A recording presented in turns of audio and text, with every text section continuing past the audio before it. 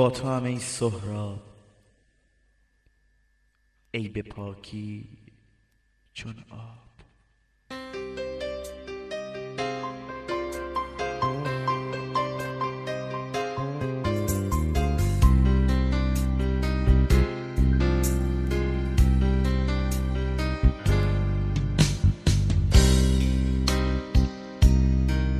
یادت گفتی بهم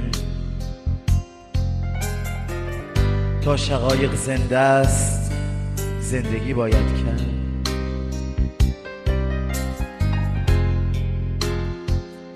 نیستی سهراب ببینی که شقایق هم مرد، دیگه با چی کسی رو دلخوش کرد؟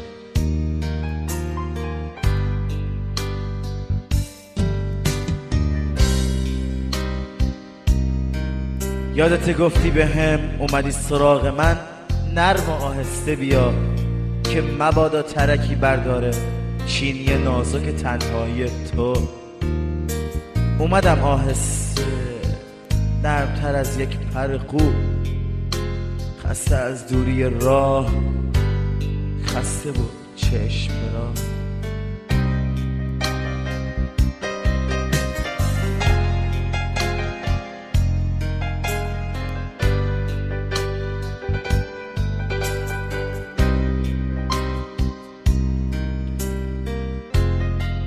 یادت گفتی بهم عاشقی یعنی دوچار،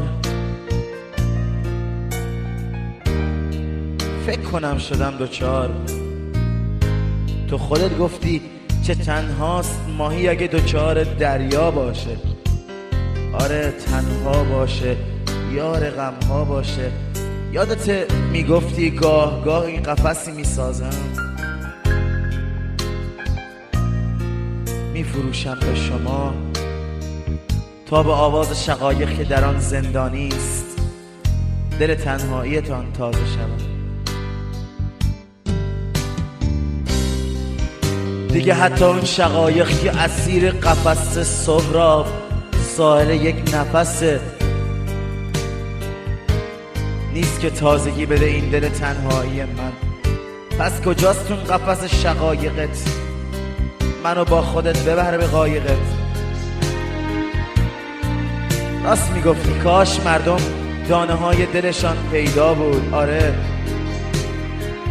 کاش کی دلشون شیدا بود.